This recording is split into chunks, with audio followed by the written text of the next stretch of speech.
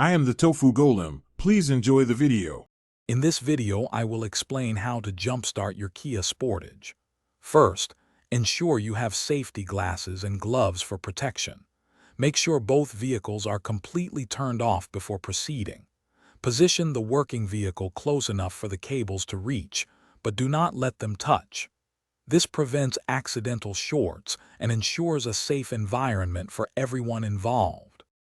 Now let's connect the jumper cables. Take one red clamp and securely attach it to the positive terminal of your Kia Sportage's dead battery. Next, connect the other red clamp to the positive terminal of the working vehicle's battery. Then, attach one black clamp to the negative terminal of the good battery. Ensure all connections are firm and secure. For the final connection, attach the remaining black clamp to an unpainted metal surface on your Kia Sportage engine block, away from the battery. This creates a safe ground. Now, start the working vehicle and let it run for about 5 to 10 minutes to allow some charge to transfer. After this, try to start your Kia Sportage. Once your Kia Sportage starts, keep both vehicles running for a few minutes.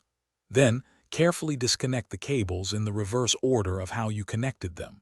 First the black clamp from the dead car's engine block, then the black clamp from the good battery, followed by the red clamp from the good battery, and finally the red clamp from your Sportage. Drive your Kia for at least 20 to 30 minutes to fully recharge the battery.